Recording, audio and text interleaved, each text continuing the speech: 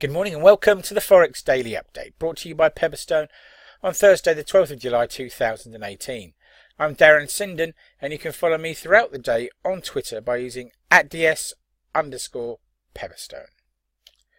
Right, let's take a look at the overnight changes and price moves to be aware of. Just want to flag a couple of contrasting fortunes here.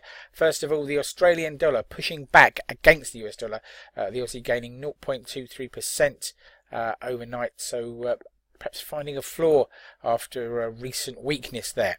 And in terms of weakness, we've also seen a significant move in dollar yen, now trading with a 112 handle, 112.21. The yen weakening by 0.18%, and it's moved lower by 1.44% over the course of the week, suggesting that risk-off attitudes in the market are waning. Of course, that is a fluid situation and could change over the course of the next 2 days. Dollar index for its part trading at 94.69, up around 0.23% on the week.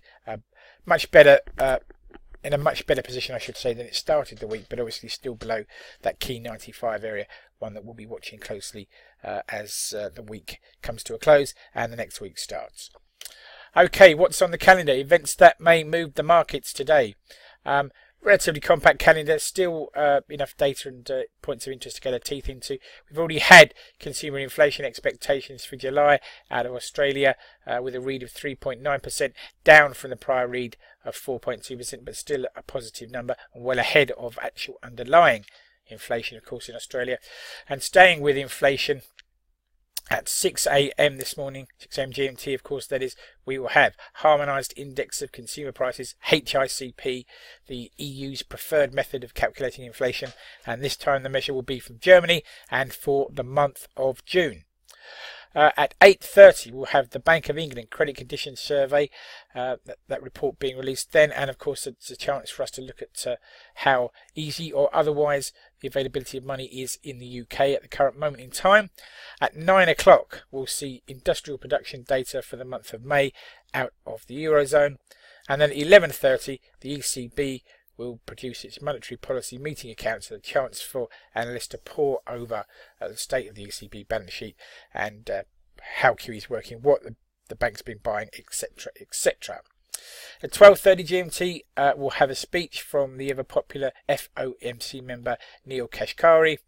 And then at the same time, we'll have initial jobless and continuing jobless claims out of the US because, of course, it's a Thursday. 12:30 we'll also see the release of CPI data, core and non-core, for the month of June out of the USA. And then at 16:15, the second of the day's central bank speeches, this time FOMC member Harker taking to the podium. At 1800, we'll have the monthly budget statement out of the US for June, so we'll look at how US finances are faring. We haven't heard anything about the debt ceiling for a while, have we? Maybe that will rear its head again at some stage. And then at 22:30, we'll have business PMI data out of New Zealand for the month of June. Right, breaking news and comment then that's caught my eye overnight. First of all, China's renminbi yuan continues to weaken versus the US dollar on trade war concerns. Staying in Asia, the Bank of Korea has left interest rates unchanged in the country at 1.5%. Meanwhile, oil prices have stabilised in Asian trade after 2 days of falls in Brent crude oil, I should say, and I understand that the last 2 days had been the worst that Brent had seen for a calendar year.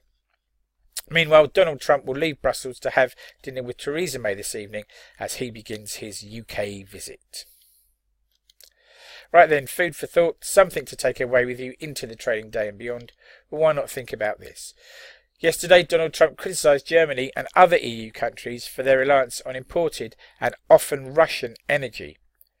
And on average, just over half of EU energy needs are being met by imports, as the chart opposite shows. This is data from 2016, but these kind of statistics tend to be calculated in arrears. The average is 54 here for EU countries, but as you can see, some like Italy have a 78% dependence on energy imports. Germany itself, 64%. Interestingly, the EU is amongst the most sufficient in energy, with 35% of its only 35% of its needs, I should say, being met by imports of energy. Okay, time to read the risk warning. Trading CFDs and foreign exchange on margin can be a risky business. If you're in any doubt about those risks or the suitability of leverage products for you, then please do contact your Pepperstone account representative. Thank you for your time.